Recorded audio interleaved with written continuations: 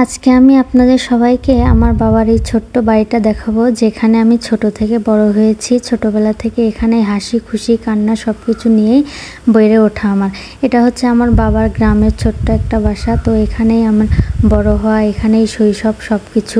আমাদের এই বাড়িটা আমি যখন একদম পিচ্চি ছিলাম তখন এই বাড়িটা করা। তো আমার ভালো মনেও নেই, তখন আমরা অন্য একটা বাড়িতে ছিলাম। তখন আমাদের ছিল মাটির বাড়ি, আমাদের বড় আম্মুদের ওখানে। আর এই বাড়িটা আমি যখন হই তার কিছুদিন পরে করা। তো বাড়ির পাশেই ছিল আমাদের এত সুন্দর বাগান, এখানে নদীর পাড়, রাস্তা, গাছে কলাও ধরেছে, সব কিছুই দেখাচ্ছিলাম। আজকের আবহাওয়াটাও অনেক সুন্দর ছিল। তো এখন যেহেতু বৃষ্টির সিজন, সবসময় আকাশ মেঘলা, হালকা বৃষ্টিও হচ্ছিল।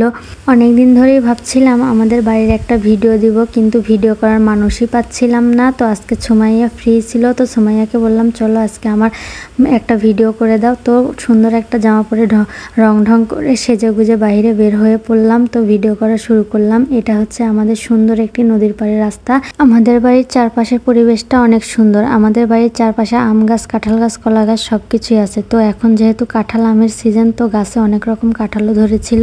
তো আমি সেটাই দেখাচ্ছিলাম কাঁঠালগুলো পেকেছে কিনা। সুমাইয়া বলছিল দেখো তো আপু পেকেছে কিনা, কিন্তু কাঁঠাল পাকতে এখনো অনেক দেরি আছে।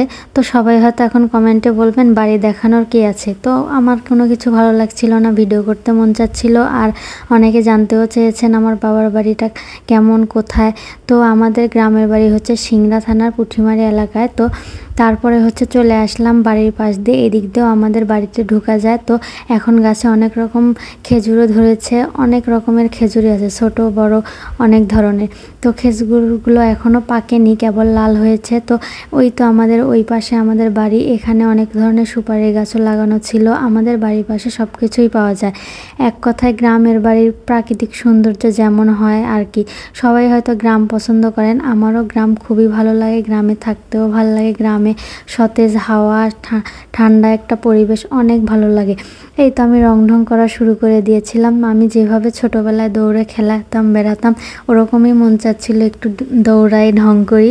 তো মেয়েরা একটু ঢং অন্যরকম একটু বেশিই করে, তো আমিও একটু ঢং করছিলাম। ছোটোবেলায় এখানে সবাই মিলে অনেক খেলাধুলা করতাম। এখানে অনেক সুন্দর গাছগাছালি অনেক কিছুই আছে। তো এখানে আমাদের ছোট্ট একটা মেশিন আছে।